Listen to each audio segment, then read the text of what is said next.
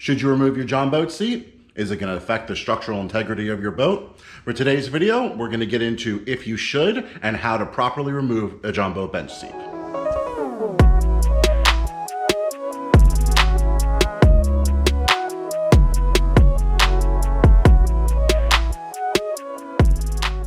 All right, guys, well, it's no secret that I absolutely love removing the bench seats from the John boats that I build. All right, that is nasty.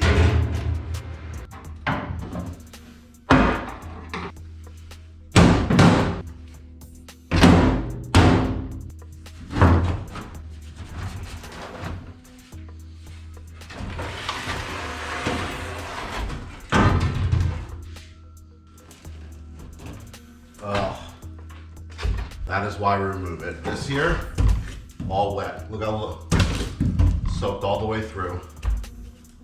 I find that it gives a nice open platform to build your boat out. It gives you a lot of walking room when you're actually fishing. And if you have a family, it's a great way to add extra space to a pretty small platform. The floor is officially built. I'm really happy with how this came out. In this video, I'm gonna explain when you can and when you can't remove your John boat bench seat. To determine whether or not you can remove your bench seat, first it helps to understand the basics of how an aluminum boat is constructed. There is a large hull that is either stamped out or welded together that is reinforced with braces going from side to side. You want to think that the entire boat is being squeezed together by the outside water pressure. These braces help to keep the outside water pressure stabilized by pushing back out or at least resisting inside forces. Sometimes the braces are all you're going to need for the structural stability of your boat. But a lot of the times, especially when it comes to the smaller sized aluminum boats, the manufacturers actually use the seats in replacement of braces. So you'll see in this boat here, this was actually created from the manufacturer with no bench seat.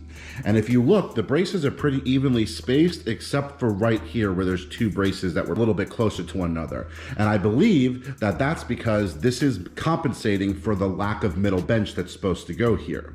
When you're trying to determine whether or not it's okay to remove your bench seat or whether you need to reinforce the hull after removing a bench seat, you have to look at how it's currently braced. In a boat like this that came from the factory with no bench seat, you can see that there are braces evenly spaced out throughout the whole boat.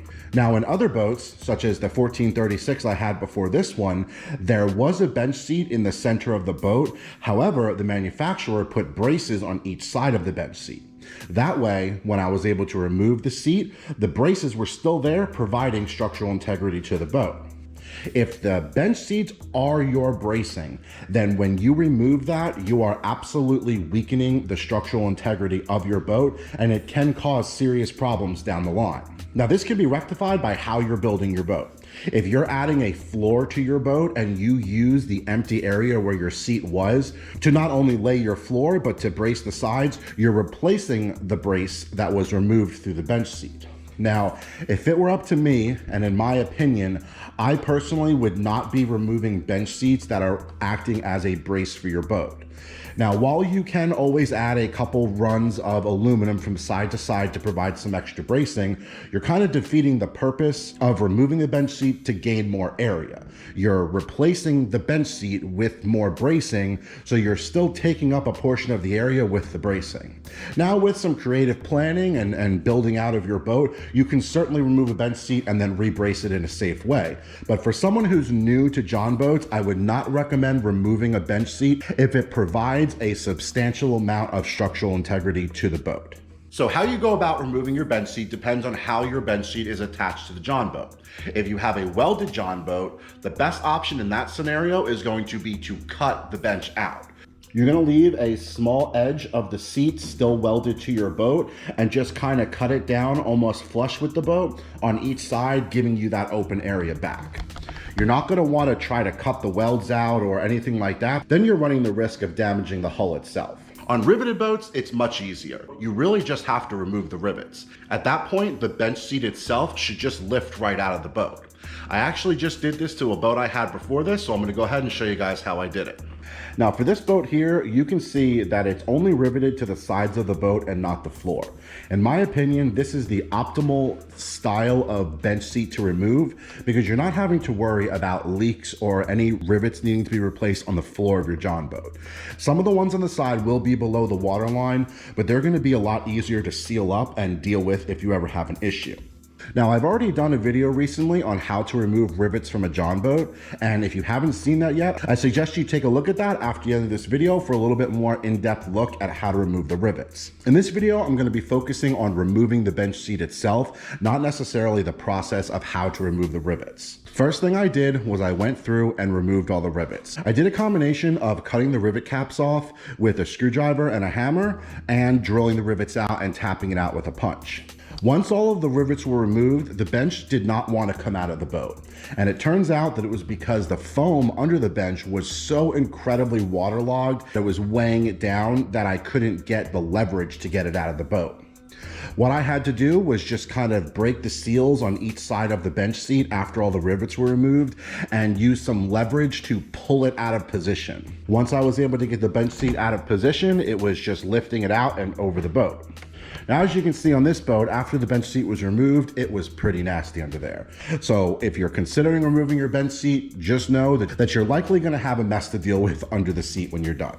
Like I've said at the beginning of the video, in my opinion, I think removing the bench seats is a great idea as long as the bracing and the structural integrity of the John boat work to do it. I have my court date set for getting the title on this boat. It's June 6th, so hopefully I'll have an update on that soon. If you guys have any questions about removing your John seat, feel free to drop me a line below. If you found this helpful, definitely leave a like. And if you want to see more content like this, don't forget to subscribe. Thanks for watching. I see a lot of questions pop up about waterlogged foam, and this is exactly what it's referring to. You can see here, it is just saturated from the ground all the way up to about half the foam. This can travel all the way up the entire block if it's left unchecked. But yeah, you don't want to keep foam like this in your boat because it's just weighing you down. It wasn't a problem, but what was under the dirt and layer of grime was just corrosion, corrosion, corrosion. Basically, all those little spots you see are all little bits of corrosion. Seeing this though, it definitely makes me want to remove these back two benches. I think I'm going to get these out, take a look at how the floor looks, get any repairs done. Definitely remove all the waterlogged foam. That way, you know, we're working with a clean, dry surface throughout the boat.